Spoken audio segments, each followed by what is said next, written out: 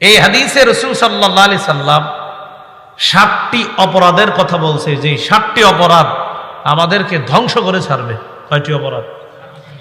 এই 7 অপরাধের কথা জানবো। জানার পর যদি আমাদের মধ্যে অপরাধগুলো কেউ না করি, ভবিষ্যতে করব না, আর কারো মধ্যে এই অপরাধ থাকলে আমরা ছেড়ে দিব। বলেন ইনশাআল্লাহ। ক্বালা রাসূলুল্লাহ সাল্লাল্লাহু আলাইহি ওয়াসাল্লাম ইজতানিবুস সাবআল মুবিকাত। নবী বলেন 7টি ধ্বংসাত্মক অপরাধ থেকে বাঁচো। 7টি অপরাধ এমন যে অপরাধগুলা মানুষকে ধ্বংস করে দেয়।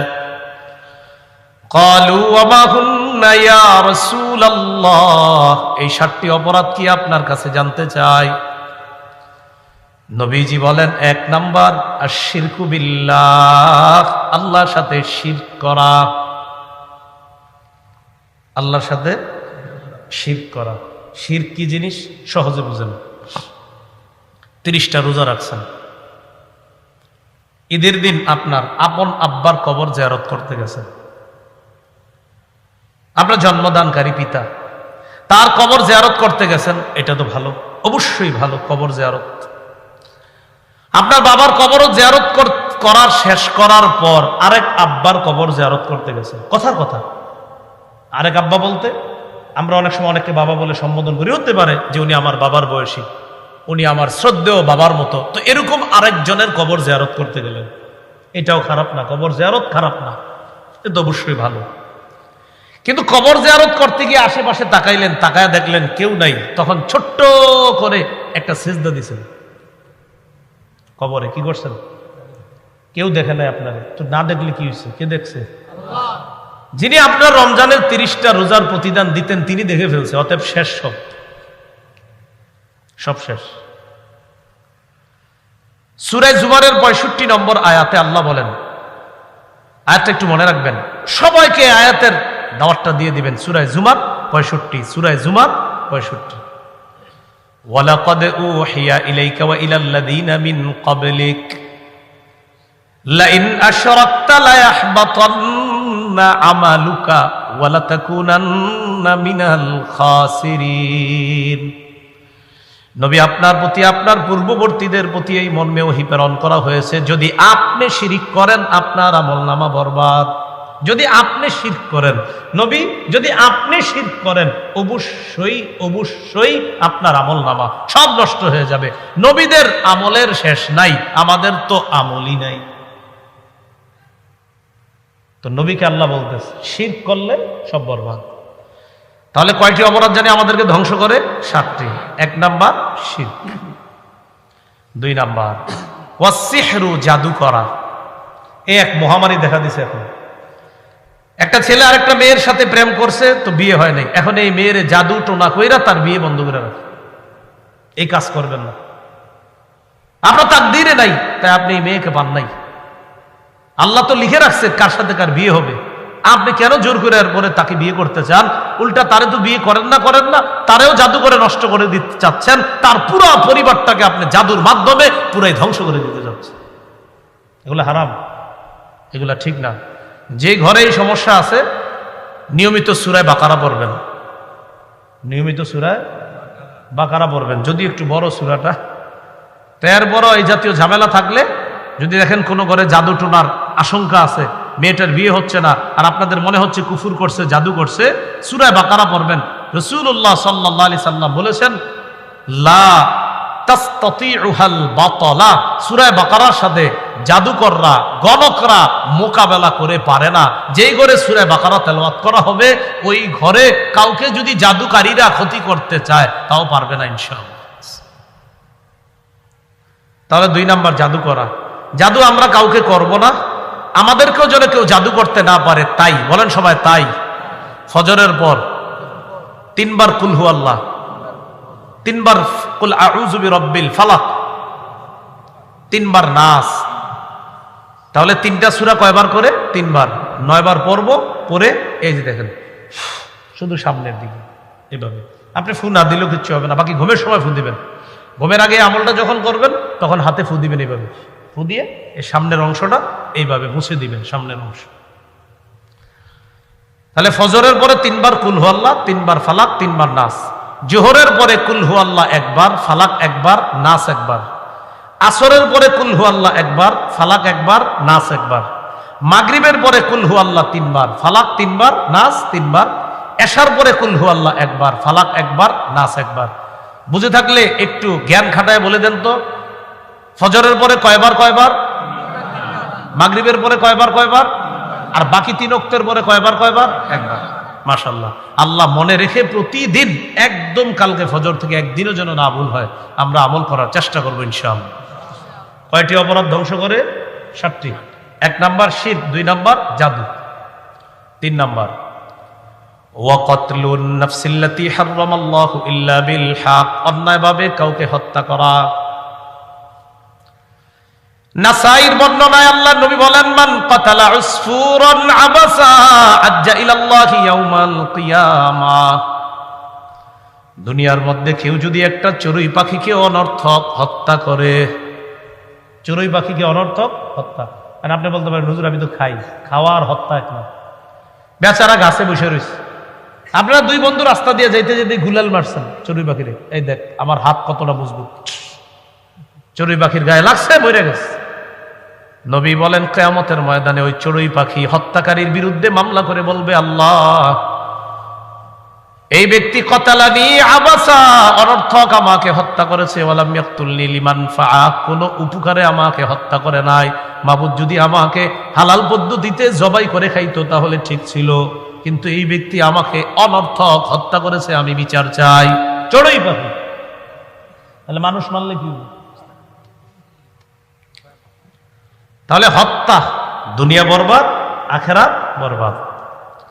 4 নাম্বারটা বলি, যদিও আপনাদের এলাকায় হয়তো এটা অপরিচিত, তারপরেও বলি, কিন্তু ভবিষ্যতে কখনো হইলে আমরা এটা বর্জন করব, বলেন ইনশাআল্লাহ।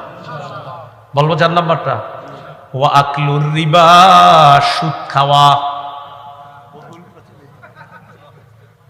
হুজুরের দিকে এগুলা চিনে মানুষ কি বলে? 4 নাম্বার সুদ খাওয়া। এটা দুনিয়া বরবাদ করে, আখিরাত বরবাদ করে।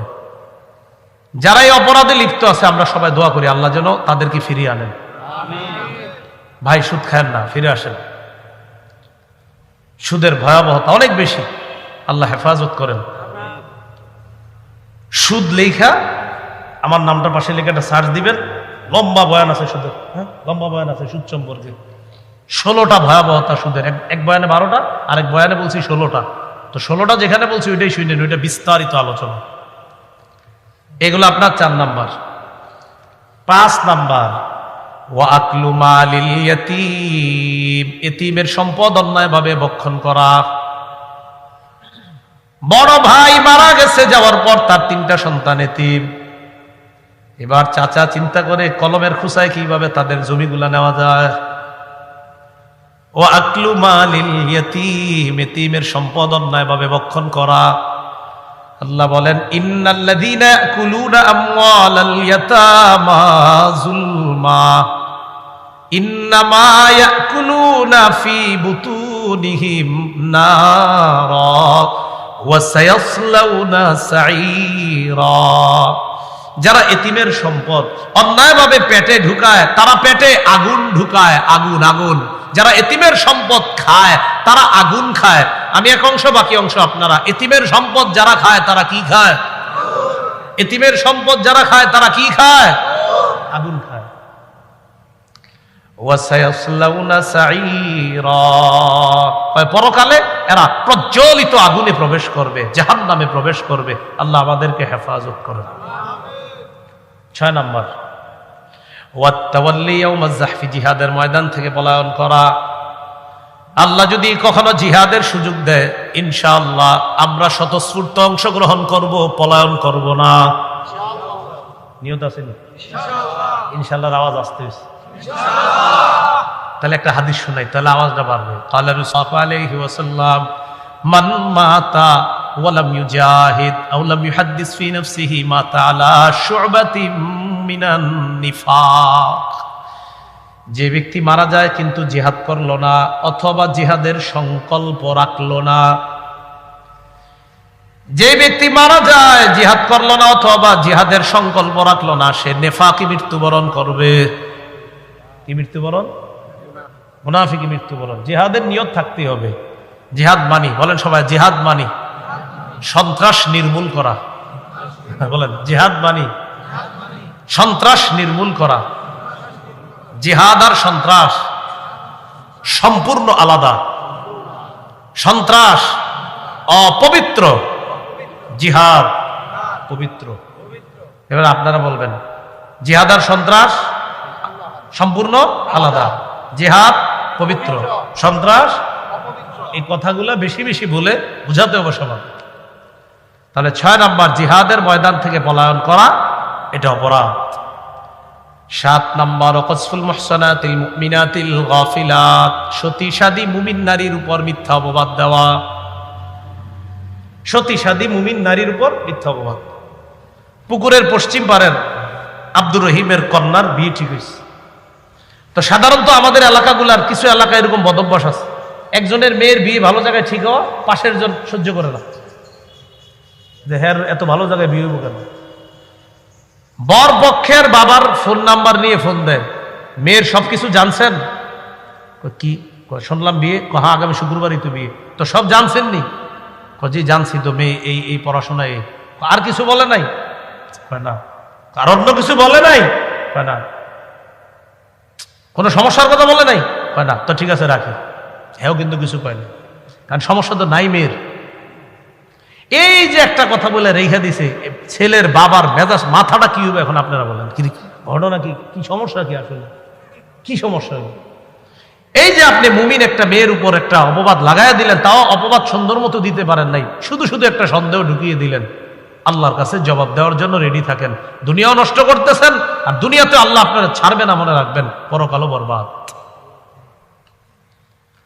এই 7টি বদভ্যাস অপরাধ থেকে আল্লাহ আমাদের সকলকে বেঁচে থাকার তৌফিক দান করেন। বলেন তো আজকে আমাদের আলোচ্য বিষয় কয় অংশে? 1 পাপ, 2 নাম্বার তওবা। তাহলে পাপের বিষয়ে মোটামুটি জানলাম। এখন কথা হলো পাপ থেকে বাঁচার উপায় কি। প্রথম আলোচনার চেয়ে এটা গুরুত্বপূর্ণ আলোচনা বেশি, দ্বিতীয় অংশটা। পাপ থেকে বাঁচার কি উপায়? পাপ থেকে বাঁচার অনেকগুলা উপায় আপনাদের সামনে বলবো ইনশাআল্লাহ। এর মধ্যে আজকে নির্বাচিত 15টা উপায় বলবো। কয়টা? 15টা। তাহলে মাথাটা এখন আবার ঠান্ডা করেন, সবাই মনোযোগ দিয়ে শোনেন, যেন এদিক সেদিক মাথা না যায়। একটু মনে রাখবেন, বাসায় গিয়ে আরেকজনের দাওয়াত দিবেন। 1 নাম্বার, খাঁটি তওবা করা। কি করা?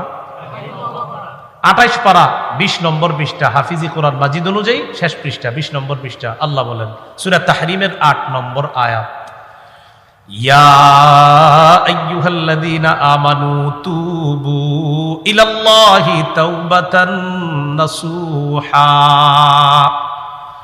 হে ঈমানদারগণ, তোমরা আল্লাহর কাছে খাঁটি তওবা করো। কি লাভ? আসা রাব্বুকুম আইয়ুকাফিরা আনকুম সাইয়্যাতিকুম, আশা করা যায় তোমাদের রব তোমাদের সমস্ত পাপ সমূহ ক্ষমা করে দিবেন। খাঁটি তওবা করলে সমস্ত পাপ আল্লাহ মাফ করে দিবেন। আর কি লাভ? ওয়ায়ুদখিলাকুম জান্নাত, মরণের পর অনন্ত চিরস্থায়ী জায়গা, চিরস্থায়ী বসবাসের জায়গা, জান্নাতের মেহমান বানায়া দিবেন। ওয়ায়ুদখিলাকুম, প্রবেশ করাবেন তোমাদেরকে, জান্নাতিন, চিরস্থায়ী বসবাসের ঠিকানা জান্নাতে। ইবনে মাজাহ হাদিসের কিতাব 4250 নম্বর হাদিস। এই হাদিসের বর্ণনা, ক্বালা রাসূলুল্লাহ সাল্লাল্লাহু আলাইহি ওয়াসাল্লাম, আত-তাইবু মিনাজ যামবি কামান লা যামবা লাহ। নবী বলেন, গুনাহ থেকে তওবাকারী এমন হয়ে যায় যেন তার কোনো গুনাহ নাই। গুনাহ থেকে তওবাকারী এমন হয়ে যায় যেন তার কোনো গুনাহ নেই। ইবনে মাজার 4251 নম্বর হাদিস, ক্বালা রাসূলুল্লাহ সাল্লাল্লাহু আলাইহি ওয়াসাল্লাম, কুল্লু বনি আদম খাত্তাউন ওয়া খায়রুল খাত্তাইনা আত-তাওয়াবুন। নবী বলেন, সমস্ত আদম সন্তান সাধারণত কম বেশি পাপ করে, এই পাপীদের মধ্যে তারাই হলো সবচেয়ে উত্তম যারা তওবা করে। আদম সন্তান পাপ করবে, এটাই স্বাভাবিক। নবী বলেন এই পাপীদের মধ্যে যারা তওবা করবে আমি নবী তাদেরকে সর্বোত্তম বলে ঘোষণা করলাম। পাপ আমাদের হয়, কম বেশি পাপ হয়। পাপীদের মধ্যে যারা তওবা করে নবীজির ভাষায় তাদেরকে রাসূল সাল্লাল্লাহু আলাইহি সাল্লাম শ্রেষ্ঠ বলেছেন, খায়র বলেছেন, উত্তম বলেছেন। শোনো, তোমাদের পাপ হবে, তোমাদের মধ্যে তারা উত্তম, তারা দামি যারা বেশি তওবা করে। হাদিসের কিতাব ইবনে মাজাহ 4253 নম্বর হাদিস। এই হাদিসের অনুবাদটা মন দিয়ে শোনেন কি কয়। ইন্নাল্লাহা লা ইয়াকবালু তাওবাতাল আবদি মা লাম ইউগারগির। আল্লাহ বান্দার তওবা ততক্ষণ কবুল করেন যতক্ষণ প্রাণ কণ্ঠাগত না হয়। প্রাণটা কণ্ঠাগত না হয়, এই যে বের হবে হবে হয়ে যাচ্ছে হবে এখন, ততক্ষণ পর্যন্ত তার তওবা কবুল করেন। এখন আপনারা এক কাজ করবেন, এই অপেক্ষা বসে থাকবেন, হুজুর তাহলে প্রাণ যখন এখানে আসবে তখন তওবা করুন, কারণ আপনারা তো জানেন কবে এটা আসবে। তাহলে নাউজুবিল্লাহ, এরকম না, বরং আগামীকাল না, এখনই মনে মনে সবাই তওবা করে ফেলেন, আল্লাহ আমারে মাফ করুন, তওবা করে ফেলেন মনে মনে এখনই। কাউরে বলা দরকার নাই, আপনি এখনই তওবা করেন। কিছু বিষয়ে দেরি করবেন না, এর মধ্যে একটা হলো তওবা। আপনারে কেউ গিয়ে নামাজের দাওয়াত দিছে, ভাই চলেন না নামাজটা বইরা আসেন, আসর নামাজ, এটা বললেন না আগামীকাল পড়বো। আপনি আসরের নামাজটা আজকে পড়েন, আগামীকাল বাঁচবেন, এটার নিশ্চয়তা কোথায়? আল্লাহ আমাদেরকে কথাগুলা বোঝার তৌফিক দান করেন। তিরমিজি শরীফের একটি হাদিস শুনেন, 3538 নম্বর হাদিস। মুসলিম শরীফে হাদিসটা অনেক বড় আসছে, আর তিরমিজি শরীফে হাদিসটা শর্টে আসছে। এক ব্যক্তি সফরে বের হইছে, তার সাথে বাহন আছে, খানা আছে, পানি আছে, পাথেও আছে সফরের। এই লোকটা সফর করতে করতে হঠাৎ এক জায়গায় তার ক্লান্তি আসছে। ক্লান্তি দূর করার জন্য এক জায়গায় সফর বিরতি দিচ্ছে। বিরতি দেওয়ার পর একটু বিশ্রাম নিবে, ওই টাইমে তার চোখ লেগে গেছে। চোখ লাগার পর হঠাৎ চোখ খুলছে, চোখ খোলার পর দেখে তার বাহনটা নাই, তার খানা নাই, তার পানি নাই। সফরে যাওয়ার জন্য যে তার পাথেও ছিল, সফরের সামগ্রী ছিল, এইগুলা সব নাই। এই লোকটা এত পেরেশান হয়ে গেল, চিন্তায় পড়ে গেল, আমি কি বাসায় ফিরে যাব, না যেখানে সফরে রওনা করলাম সেখানে যাব। চিন্তা করলো বাড়িতে যদি ফিরে যাই তাও মারা যাবো না খাইতে না খাইতে। সফর যেখানে রওনা করছি সেখানেও যদি যাই তাও মারা যাবো না খাওয়া, কারণ খানাও নাই, পানিও নাই। একটা মানুষ কতদিন না খায়া আর পানি ছাড়া থাকতে পারে? তো ওই ব্যক্তি সিদ্ধান্ত নিল, যাক মরণ যখন হবে এখানেই মরি। তো উনি মরার জন্য ওখানে আবার বসে গেছে। বসার পর হঠাৎ চোখে ঘুমাইছে পড়ছে, আবার ঘুমাইছে। ঘুম থেকে চোখ খুলছে, হঠাৎ চোখ খোলার পর দেখে তার হারিয়ে যাওয়া বাহন, খানা, পানি, সফরের যে সামগ্রী নিয়ে ওই বাহনটি উপস্থিত হয়ে গেছে। খুশিটা কেমন হবে বলেন? হ্যাঁ, রাসূল হাদিসের মধ্যে বলছে বিশিদ্দাতিল ফারহি। বিশিদ্দাতিল ফারহির অনুবাদ হলো খুশির অতি সহ্যে। আর আমাদের কুমিল্লার বাংলাটা হলো খুশির ঠেলায়। আমরা কি বলি? খুশির ঠেলায়। মানে হাদিসের সুন্দর বাংলা হলো খুশির অতি সহ্যে। আমাদের দেশীয় ভাষা হলো খুশির ঠেলায়। ওই লোকটা আল্লাহরে বলতেছে, আল্লাহুম্মা আনতা আবদি ওয়া আনা রব্বুকা। আল্লাহ তুমি হলো আমার বান্দা, আমি তোমার রব। বুঝছেন নি কিছু? কথা কি সঠিক না উল্টো হয়েছে? নবীজি বলেন খুশির কারণে ওই লোকটার মাথা ঠিক নাই। লোকটা কিন্তু মনের কথা বলে নাই, এটা কিন্তু লোকটা মুখ দিয়ে বলছে। তার মনের কথা হলো, আল্লাহ আপনি আমার প্রকৃত রব, আপনি আমার আসলেই রব। এটা হলো তার মনের কথা। আর আমি আপনার গোলাম, এটা হলো মনের কথা। খুশির ঠেলায়, খুশির কারণে বলে, আল্লাহ আপনি আমার গোলাম, আমি আপনার রব। আসলে কিন্তু ওর মাথা ঠিক নাই, এত খুশি। নবীজি বলেন, আল্লাহু আফরাহু বিতাওবাতি আহাদিকুম মিন আহাদিকুম বিদাল্লাতিহি ইযা ওয়াজাদাহা। তোমাদের কেউ হারিয়ে যাওয়া বাহন ফিরে যাওয়ার পর যেই পরিমাণ খুশি হয়, তোমাদের কেউ যদি তওবা করো, ওই তওবার কারণে আল্লাহ পাক রব্বুল আলামিন ওই হারিয়ে যাওয়া বাহন ফিরে পাওয়া ব্যক্তির চাইতে কোটি গুণ বেশি খুশি হয়ে যায়। বেটা এত খুশি হইছে, খুশিতে যে কি বলছে মাথা ঠিক নেই। নবীজি বলেন তোমরা তওবা করলে এর চেয়ে কোটি গুণ বেশি খুশি হয় আল্লাহ। তাহলে তওবা কালকে এখন। সহিহ মুসলিমের বর্ণনা, মুসলিম শরীফের 2759 নম্বর হাদিস, 2759। এই হাদিসের মধ্যে আসছে এখন কি রাত না দিন? আচ্ছা, আল্লাহ যদি বাঁচায় রাখে কালকে ফজরের পর যেটা শুরু হবে এটাকে কি বলা হবে? দিন। আচ্ছা, قال رسول الله صلى الله عليه وسلم إن الله يبسط يده بالليل ليتوب مسيء النهار ويبسط يده بالنهار ليتوب مسيء الليل। রব রাতের বেলা ক্ষমার হাত বাড়ায় দেয়, দিনের পাপীরা যেন আল্লাহর কাছে তওবা করে। আর দিনের বেলা রব তার ক্ষমার হাত প্রসারিত করে দেয়, রাতের পাপীরা যেন আল্লাহর কাছে তওবা করে।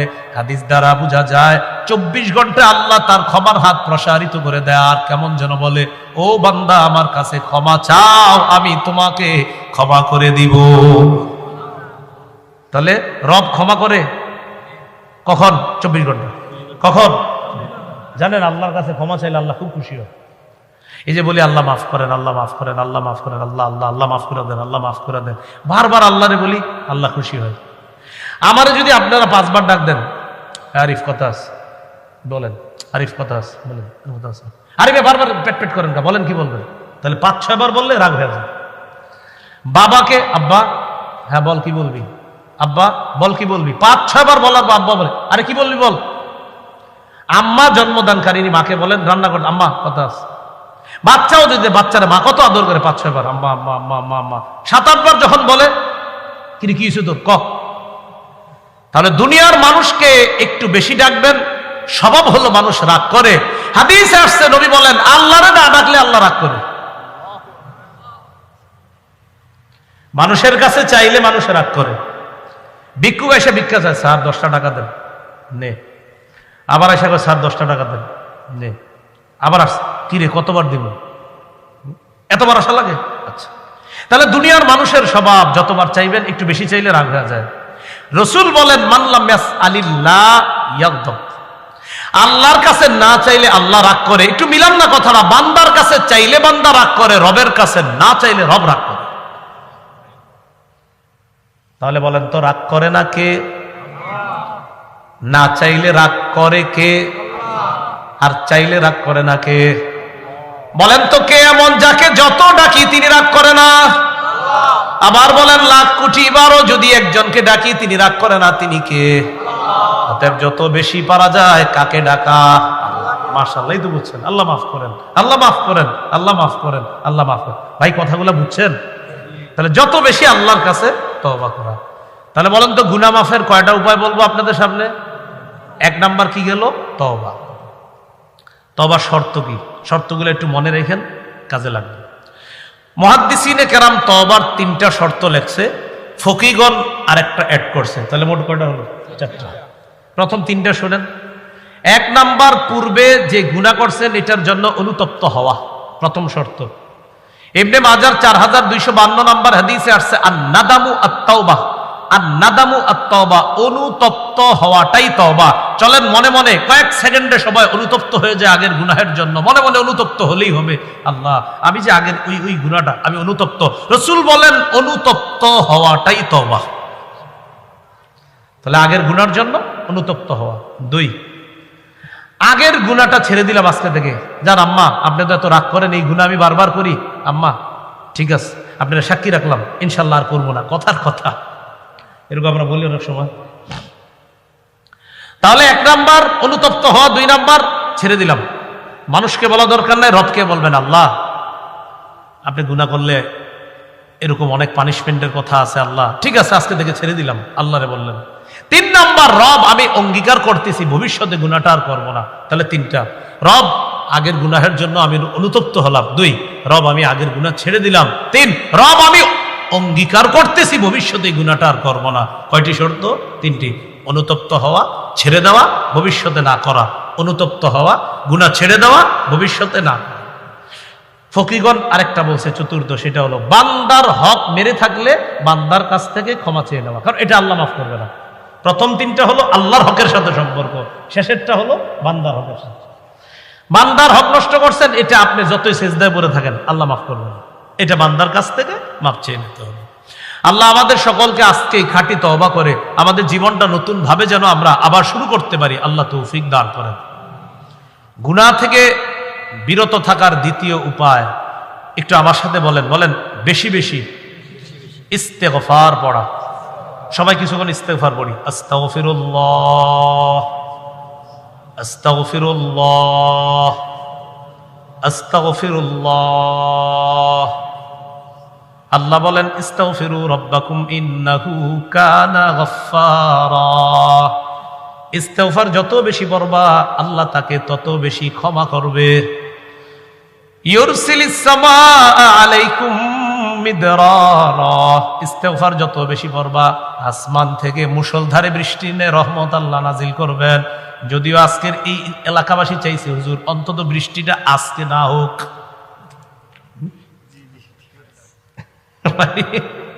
যারা মাহফিল করে ওই এলাকাবাসী খালি চায় আল্লাহ আপনি বৃষ্টিটা আগে পরে দিয়ে দেন না, আমগো মাহফিলের দিন দিয়েন না। তো যাই হোক, ইস্তেগফার পড়লে 2 নাম্বার মুষলধারে বৃষ্টির ন্যায় রহমত আল্লাহ নাজিল করেন। 3 নাম্বার ওয়ায়ুমদিদকুম বিআমওয়াল। আল্লাহ বলেন যত বেশি ইস্তেগফার পাঠ করবা আমি তত বেশি সম্পদ দিয়ে সাহায্য করার ওয়াদা করলাম। 4 নাম্বার ওয়াবানিনা। সন্তান নাই, তন্ত্র মন্ত্রের কাছে না গিয়ে আমার কাছে ইস্তেগফার পাঠ করো।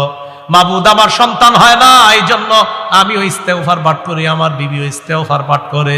আল্লাহ বলেন সন্তান দিয়ে সাহায্য করার ওয়াদা করলাম। এরপরেও যদি সন্তান না হয় আপনাদের, ব্যাস বুঝবেন এটার মধ্যেই কল্যাণ। জান্নাতে যদি যান স্বামী স্ত্রী সন্তান হয় নাই, আপনাদের জান্নাতে গিয়ে যদি মন চায় আমাদের সন্তান হবে, সেখানে সন্তান হবে। তিরমিজির বর্ণনা আসছে, নবীজি বলেন জান্নাতের মধ্যে ইজাস্তাহাল ওয়ালাদা, কোন ব্যক্তি যদি চায় বাবু আমার একটা সন্তান দরকার, কানা ওয়াদউহু, দেখেন কানা হামলুহু ওয়া ওয়াদউহু ওয়া সিবনুহু ফি সাআতিন ওয়াহিদা। তার বিবি নগদ গর্ভবতী হবে, নগদ তার বিবির সন্তান হবে, নগদ তার বিবির ওই সন্তানটা বড় হয়ে যাবে। আসসালামু আলাইকুম, আব্বা কেমন আছেন? সাথে সাথে জান্নাতের আসসালামু আলাইকুম, এটা হাদিসে নেই, এটা আমি বললাম। সাথে সাথে তার বিবি গর্ভবতী হবে, সাথে সাথে সন্তান হবে, সাথে সাথে সন্তান বড় হয়ে যাবে। তিরমিজির বর্ণনা। তাহলে হ্যাঁ অবশ্যই মাশাআল্লাহ, আল্লাহ যা চায় এটাই। ওই উনি সুন্দর কথা বলছে, কোরআনে আছে ফিহা মা তাশতাহি আনফুসুকুম, যা চায় সেটাই হবে। তো এই জন্য এই কথা শোনার পর আপনার ওই এক জায়গায় আর কি আমার একজনে বলে ফেলছিল হুজুর সন্তান হবে কিনা, অনছকরা আমি হ্যাঁ সন্তানও তো হবে। তা আপনাদের এটা মনে বললো সন্তান হবে, আমি হ্যাঁ তিরমিজির হাদিসে আছে নবী বলছে সন্তান চাইলে সন্তান হবে।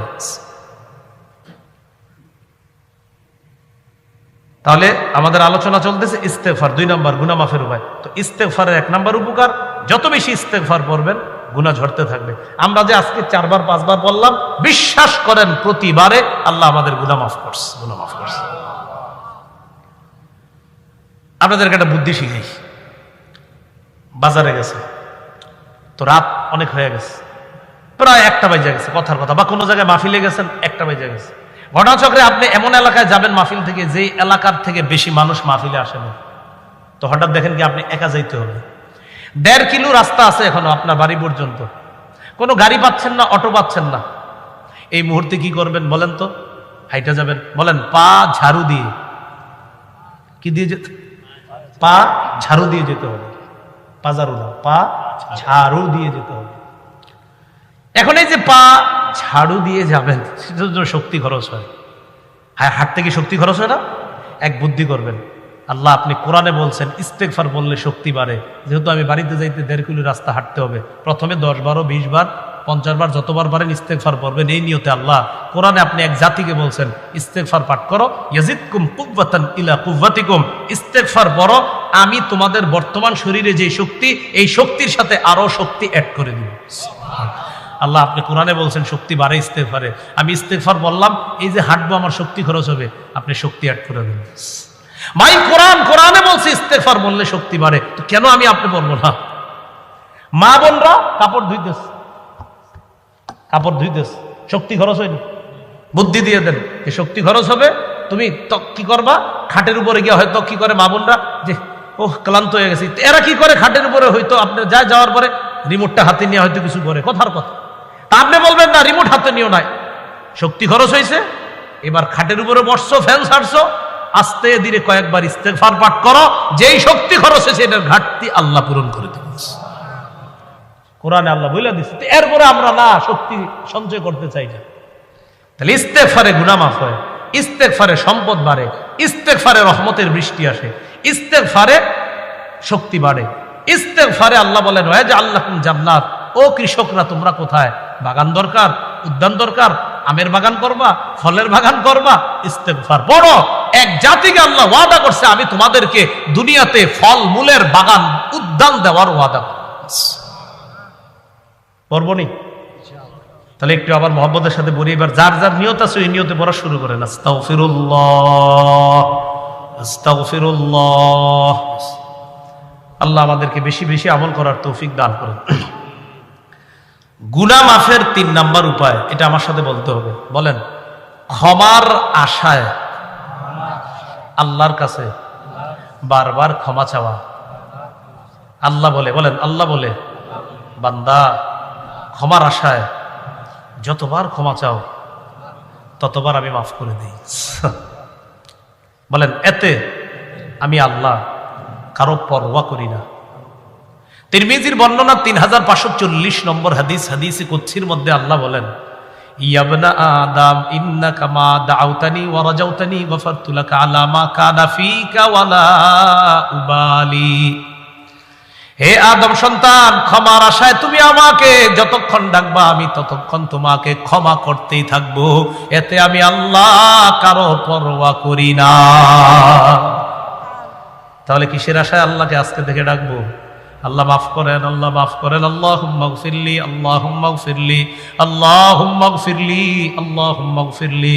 অথবা কোরআনের ওই দোয়াটা পড়তে পারেন, রব্বি গফির ওয়ারহাম, রব্বি গফির ওয়ারহাম ওয়া আনতা খায়রুর রাহিমিন, রব্বি গফির ওয়ারহাম ওয়া আনতা খায়রুর রাহিমিন। 18 পারা 8 নম্বর পৃষ্ঠা, সূরা মুমিনুনের একদম শেষ আয়াতটা হাফিজি কোরআন মাজিদে দেখে নেবেন, আজকে বাসায় গিয়ে দোয়াটা শিখবেন। রব্বি গফির ওয়ারহাম ওয়া আনতা খায়রুর রাহিমিন। রব আমাকে মাফ করেন, আরহাম আমারে দয়া করেন, আপনি তো শ্রেষ্ঠ দয়ালু। আল্লাহ শিখিয়ে দিচ্ছে। সুবহানাল্লাহ। কিসের আশায় রবকে ডাকবো? ক্ষমার আশায়। এগুলো 3 নাম্বার। 4 নাম্বার গুনাহ মাফের উপায়, রাসূলুল্লাহ সাল্লাল্লাহু আলাইহি সাল্লামের আনুগত্য করা। তো এই যুগে নবীর আনুগত্য করা মানে রাসূলের সুন্নতের আনুগত্য করা, অনুসরণ করা। সূরা আলী ইমরানের 31 নম্বর আয়াতে আল্লাহ বলেন, কুল ইন কুনতুম তুহিব্বুনাল্লাহ ফাত্তাবিউনি ইউহিব্বুকুমুল্লাহ ওয়া ইয়াগফির লাকুম যুনুবাকুম। নবী আপনি বলেন, যদি তোমরা আল্লাহকে ভালোবাসো তাহলে আমার অনুসরণ করো। উপকার কি? আল্লাহ তোমাদেরকে ভালোবাসবেন, তোমাদের গুনাহগুলা মাফ করে দিবেন। আমরা যদি সুন্নতের অনুসরণ করি আল্লাহ আমাদেরকে ভালোবাসবে, আল্লাহ আমাদের গুনাহগুলা মাফ করে দিবে। গুনাহ মাফের 5 নাম্বার উপায়। এই উপায়টা জানার পর মানে একটু শিখে আমরা আমলটা কারা কারা করবো হাত তুলে দিয়ে অঙ্গীকার করতে হবে, সহজ একদম, বাকি শিখতে হবে। ওলামা হযরতদের শিখার আছে, অন্যরা আপনারা শিখে নেবেন। ওলামা হযরতরা এটা সহজে শিখে ফেলছে। বলেন আজান দেওয়া। আজান দেওয়া তো বিশুদ্ধভাবে সব আলেমরা পারে।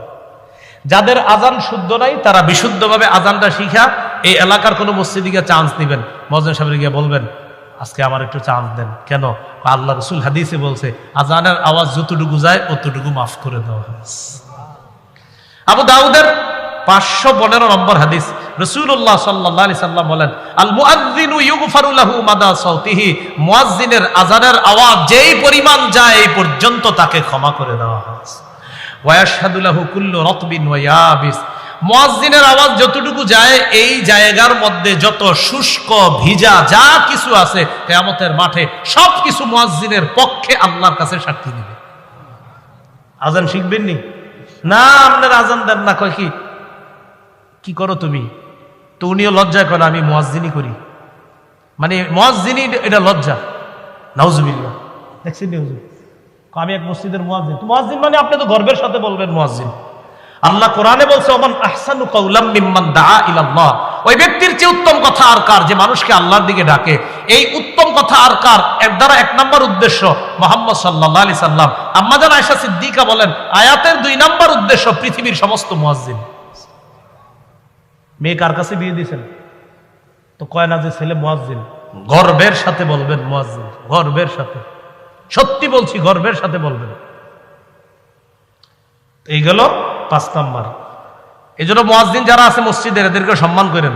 ইমাম সাহেব খতিব সাহেবদের তো বেতন দেন, মুয়াজ্জিন সাহেবেরও যথেষ্ট বেতন করার চেষ্টা করবেন। ইমাম সাহেব যারা আছেন আপনারা একটু মুয়াজ্জিনদের প্রতি খেয়াল রাখতে হবে। ওলামা হযরত যারা আছেন, হ্যাঁ ইনশাআল্লাহ বলেন ইনশাআল্লাহ।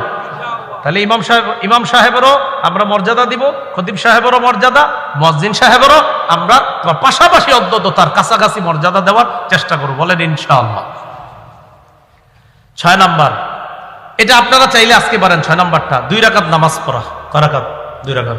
তো আগামীকাল বাঁচবেন কিনা জানা নাই, আজকেই বাসায় গিয়ে আপনার কোনো গুনাহের মনে কইরা আপনি 2 রাকাত নামাজ পড়তে পারেন। আবু দাউদের 1521 নম্বর হাদিস, মা মিন আবদিন ইউযনিবু যামবান, কোন ব্যক্তি যদি গুনাহ করে ফায়ুহসিনুত তাহুরা, সুন্দরভাবে পবিত্রতা অর্জন করবে, করার পর ফায়াকুমু ফায়ুসাল্লি রাকাতাইন, দাঁড়িয়ে 2 রাকাত নামাজ পড়বে, ইল্লা গফারাল্লাহু যামবা, নামাজ শেষ তার গুনাহ মাফ। আজকেই 2 রাকাত পড়তে পারেন যে আল্লাহ আমি তো এরকম ওই গুনাহগুলা করছি, আমি আর করবো না মাবুদ, 2 রাকাত নামাজ এই নিয়তে পড়তেছি, বাস নামাজ পড়বেন, গুনাহ মাফ হয়ে যাবে। এ গেল 6 নাম্বার উপায়। 7 নাম্বার 5 ওয়াক্ত ফরজ নামাজ পড়া। কয় ওয়াক্ত? 5 ওয়াক্ত। সহিহ বুখারীর বর্ণনা 526 নম্বর হাদিস। এক ব্যক্তি নবীর কাছে আসছে, আয়েশা বলে হুজুর আমি তো অপরাধ করে ফেলছি। ইতিমধ্যে সূরা হুদের 114 নম্বর আয়াত আল্লাহ নাজিল করে দিয়েছে, ওয়াকিমিস সালাতা তারাফাইন নাহার ওয়া যুলাফাম মিনাল লাইল, দিনের 2 অংশে 2 প্রান্তে নামাজ পড়ো, রাতের কিছু অংশে মানে 5 ওয়াক্ত নামাজ পড়ো। ইন্নাল হাসানাত ইউযহিবনাস সাইয়্যাত, পুণ্য পাপকে বিলীন করে দেয়, পাপকে মিটিয়ে দেয়, মানে 5 ওয়াক্ত নামাজ তোমার পাপগুলোকে মিটিয়ে দিবে। তো উনি বললেন হুজুর এটা কি আমার জন্য খাস না সবার জন্য? নবীজি বললেন না, লিজামিই উম্মতি কুল্লিহিম, আমার সমস্ত উম্মতের জন্য এই অফার চলতে থাকবে। 5 ওয়াক্ত নামাজ। কয় নাম্বার গেল? 7। 8 নাম্বার জামাতের সাথে নামাজ পড়া। মুসলিম শরীফের 2764 নম্বর হাদিস, এক ব্যক্তি এসে নবীজিরে বলতেছে হুজুর আসাবতু হাদ্দান ফাআকিমাহু আলাইয়া, আমি এমন গুনাহ করছি যেই গুনাহ মনে হয় আমি শেষ হুজুর, আমি শেষ, আমার তাড়াতাড়ি শাস্তি দেন। তো ইতিমধ্যে ফরজ নামাজের সময় হয়ে জামাতের সময় হয়ে গেছে, নবীজি নামাজে দাঁড়াইলেন, আল্লাহু আকবার।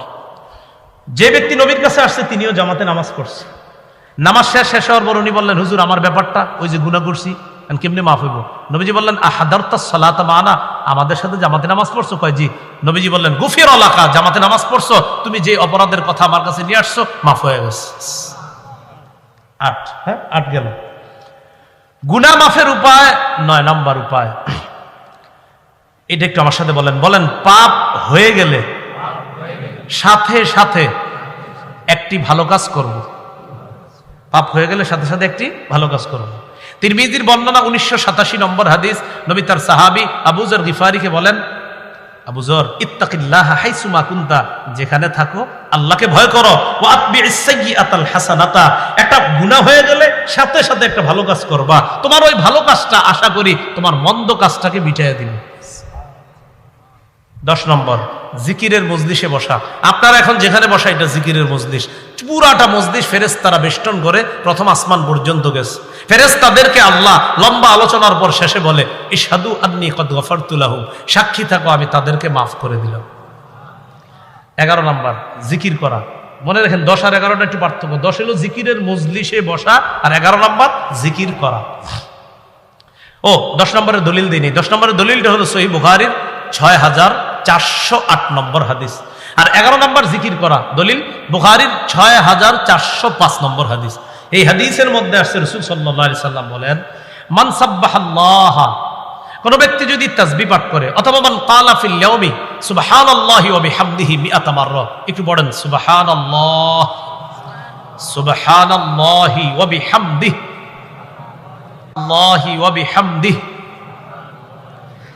সুবহানাল্লাহি ওয়া বিহামদিহি, বাস এটুকুই 100 বার। কয়বার? এটা যদি কেউ নিয়মিত 100 বার পরে হুত্তাত খাতায়াহু ওয়া ইন কানাত মিস্তাজাবাদিল বাহরি, সমুদ্রের ফেনা পরিমাণ গুনাহ মাফ। না আপনারা পড়েন না, নামাজের আগে মসজিদে যাবেন, খালি গল্প করবেন, ছোট মেয়েটার বিয়ে হয়েছিল, বড়টার বিয়ে হয়েছিল, এই গল্প চলবে। কি ক্ষেতের কি অবস্থা, সার দিছনি, এইগুলো আলাপ করে মসজিদে বসে। নামাজের 10 মিনিট বাকি আছে, তেলাওয়াত করেন। নামাজের 10 মিনিট বাকি, সুবহানাল্লাহ পড়েন। নামাজের 10 মিনিট বাকি, আস্তাগফিরুল্লাহ পড়েন। এইগুলা না করে আপনার কি অবস্থা, আপনার ক্ষেত্রেদের কি খবর? আরে ভাই কেন এইগুলা বলেন? আমরা অযথা কথা বলবো না, বলেন জিকির করব। বলেন কি করব? তাহলে নামাজের আগে মসজিদে ইমাম সাহেব এখনো জামাত দাঁড়াইতে 15 মিনিট বাকি বা 10 মিনিট বাকি, ইমাম সাহেব 10 মিনিট পরে আসবে, জামাত দাঁড়াবে। এই 10টা মিনিট 15 মিনিট আমরা যে মসজিদে বসে থাকবো, সবাই বলেন ইনশাল্লাহ কি করব? জিকির, তেলাওয়াত করব বা জিকির করব বা নফল নামাজ পড়ব, যেটা সম্ভব হয়। নফলের সুযোগ হলে নফল, এটা আবার মাগরিবের আগে করা যাবে না। এটা করবেন হলো আপনার এশার নামাজের আগে করতে পারেন, জোহরের আগে করতে পারেন, এই সালাতগুলা। আবার আসরের আগে, হ্যাঁ আসরের আগে পারেন। আল্লাহ আমাদেরকে আমল করার তৌফিক দান করেন। কত গেল? 11। 12 নাম্বার, এটা গুরুত্বপূর্ণ। 12 নাম্বারটা বলেন হিম্মত করা। এটা আমার দিকে তাকান, হিম্মত কি? করবো না, না না না আমি করবো না, না আমি করবো না, না আমি করবোই না। এটা হিম্মত। আমি করবোই না, হিম্মত। হিম্মত কারে বলে? হুজুর একটু যাবেন, যেমন এই যে মাইক চালায় যারা, সাউন্ড বক্স, সাউন্ড বক্স, এরা হিম্মত করে যদি এরকম যে না আমরা এই বক্স কোনো গানের অনুষ্ঠানে ভাড়া দিব না, কথার কথা। যদি হিম্মত করে যে গানের অনুষ্ঠানে আমরা ভাড়া দিব না, আর এরকম হিম্মত করলে আমরা সবাই দোয়াও করবো আল্লাহ যেন হালাল ভাবে এই ব্যবসা দিয়ে তারে ধনী বানায় দেয়। কি আমরা দোয়া করবো না ইনশাল্লাহ? শর্ত, কোন গুনাহের অনুষ্ঠানে এগুলা কি দিবে না, ভাড়া দিবে না। কথার কথা যদি হিম্মত করে।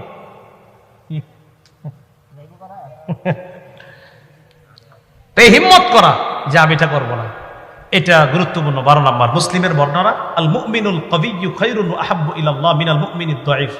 এই দুইজন আমরা, উনি গুনাহ করে না, আমি করি।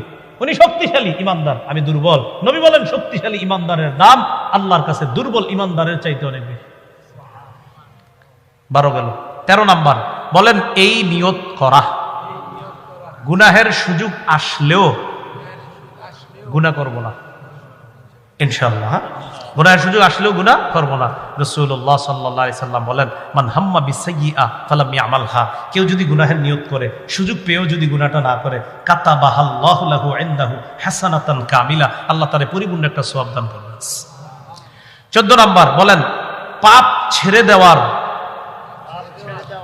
উপকারিতা জেনে পাপ ছেড়ে দেওয়া। মানে পাপ ছাড়লে এই উপকার এটা যাই না, পাপ ছেড়ে দেওয়া। যেমন সূরা নাজিআতের 39-40 নম্বর আয়াত, আপনার 30 নম্বর পারা 4 নম্বর পৃষ্ঠার শুরুতে আছে, আম্মা মান খাফা মাকামা রাব্বিহ ওয়া নাহান নাফসা আনিল হাওয়া ফাইন্নাল জান্নাতা হিয়াল মাওয়া। যে ব্যক্তি রবের সামনে দাঁড়ানোর ভয় করে আর এই ভয়ে সে কুপ্রবৃত্তি থেকে নিজেরে বাঁচায়, গুনাহ ছেড়ে দেয়, তার ঠিকানা তো জান্নাত। 15 নম্বর আজকের সর্বশেষ কথা, বলেন গুনাহের ভয়াবহতা জেনে, পাপের ভয়াবহতা জেনে পাপ ছেড়ে দেওয়া।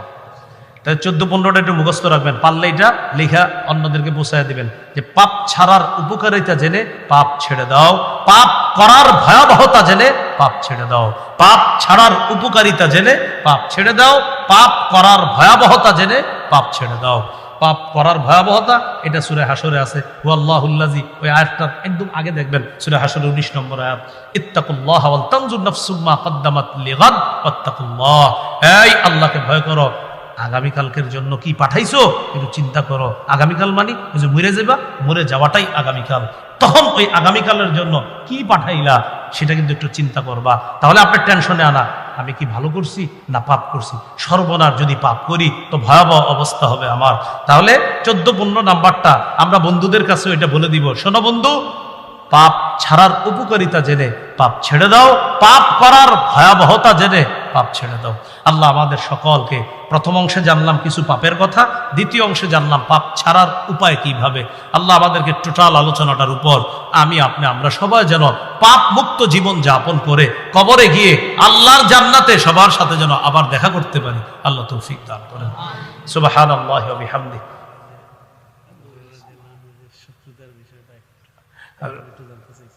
বলছে শত্রুতার বিষয়, কেন শত্রুতা করছে আর কি একজনে। তো প্রথম কথা হলো মাহফিলে কিছু জানতে চাইলে আমি জবাব দিই না, এটা হলো একটা নিয়ম। তো শত্রুতার বিষয় হলো ওই আবু হুরায়রা রাদিয়াল্লাহু তাআলা আনহু হাদিস বর্ণনা করেছেন বেশি, দুইজনকে বিশেষ করে লম্বা আলোচনা শত্রুতার বিষয়টা, দুইজনকে টার্গেট করছে। পুরুষদের মধ্যে সাহাবী আবু হুরায়রা, নারীদের মধ্যে আম্মা জান আয়েশা সিদ্দিকা। আপনি দুইটা কোয়ার কারণে আরো কথা এসে যাবে, তো এই জন্য হ্যাঁ না, এটা শোনানোর সুযোগ হবে না, সম্ভব হবে না। এটা শোনাইছি এক জায়গায় যে শত্রুতার কারণ কি, তো শত্রুতার কারণ আলোচনা করেছি 65 মিনিট। কয় মিনিট? এক জায়গায় আলোচনা হয়েছে 65 মিনিট শত্রুতার কারণ। এটা কি কারণ? লম্বা আলোচনা হয়েছে। আবু হুরায়রা রাদিয়াল্লাহু তাআলা রাসূলের সাথে ছিল। প্রথম প্রশ্ন আবু হুরায়রার উপরে যেটা সাইরা দেয় শত্রুতা, এত কম সময় এত হাদিস কি কেউ পারে? একটা মাত্র 3 বছর পাইছে নবীজির। এই যে এখন আসবে প্রশ্ন, আপনি যে বললেন খালি প্রশ্ন আসবে যে ওনার কি কি দোষ, নাউজুবিল্লাহ। তাদের একটা দোষ কয় মাত্র 3 বছরে এত হাদিস, কত সাহাবী তো নবীজির সাথে 10 বছর ছিল, 12 বছর ছিল, কই তারা তো বলে নাই। এই শত্রুতা, এটা তো একটা আছে, এটা আলোচনায় আছে। তো মানে ওই আপনার শত্রুতার কারণগুলা তো 1 নাম্বার নিশানা বানায় যে এত কম সময় এত হাদিস কেন, এটা আর কি শত্রুতার যে প্রথম পয়েন্টটা। তাও আপনাদের সামনে বললাম, ওই যে বললাম মাত্র 3 বছর এত হাদিস, তো নবীজির সাথে তো 23 বছরও সাহাবায়ে কেরাম ছিল, তো তারা তো এতটা বলে না। এটা হলো শত্রুতার মূল কারণ। আর আমি কিন্তু বয়ানের মাঝকে এটার জবাবও দিয়ে দিছি, মনে আছে? সাহাবারাই জিজ্ঞাসা করছে ওই যুগে, তুমি এত হাদিস পারো কেন? তিনি কিন্তু জবাব দিছে যে তোমরা কেউ মাঠে ঘাটে থাকতা, কেউ থাকতা বাজারে, কেউ অমুক জায়গায়, আমি সারাক্ষণ রাসূলের সাথে লেগে থাকতাম। আচ্ছা, আল্লাহ আমাদের সকলকে যে কথাগুলো জানলাম বললাম আমল করার তৌফিক দান করেন। এরপরেও আমার সংকলন করা মিম্বরের আমানতটা পড়বেন সবাই ইনশাআল্লাহ। হ্যাঁ, কোন কিতাব? মিম্বরের আমানত। মিম্বরের আমানত সিরিজটা সবাই সংগ্রহ করবেন, অনলাইন থেকে পারেন ওইভাবে। অনলাইনে অনেক সংস্থা ছাড়তেছে, মাশাআল্লাহ নিতেছে, প্রায় 50-60 হাজারের মানুষের হাতে হাতে এখন মিম্বরের আমানত। তো আপনারা যারা পারেন আপনারাও সংগ্রহ করে নেবেন মিম্বরের আমানত। কি নাম? মিম্বরের। আপাতত 4 খণ্ড মার্কেটে আছে, ইনশাল্লাহ আমি আশাবাদী 2-3 মাসের মধ্যে 5, 6, 7 এসে যাবে। আর রমজানের আগে আশাবাদী 8, 9 বা 10 এসে যাবে, আশাবাদী। লেখা রেডি, সম্পাদক সাহেব আপনার একটু ব্যস্ততা আছে, আমরা তার জন্য দোয়া করি দ্রুত কাজগুলো করে দেয়। তো আপাতত এই গাড়িতে আছে, আপনার প্রথম থেকে 4 খণ্ড গাড়িতে আছে, ওরা নিয়ে এসেছে গাড়িতে। যারা গাড়ি থেকে সংগ্রহ করবেন এখান থেকে নিতে পারেন, যদি এখানে টাকা না থাকে আপনাদের কাছে অনলাইন থেকে সংগ্রহ করে নেবেন। আর গাড়ি থেকে নেওয়ার শর্ত হলো গাড়ির কাজ ভাঙা যাবে না, যেহেতু গাড়িটা আমার না, কাজ ভাঙলে জরিমানাটা আমার দিতে হবে। এই জন্য যে ভাঙবেন চুপে চুপে টাকাটা দিয়ে দিবেন।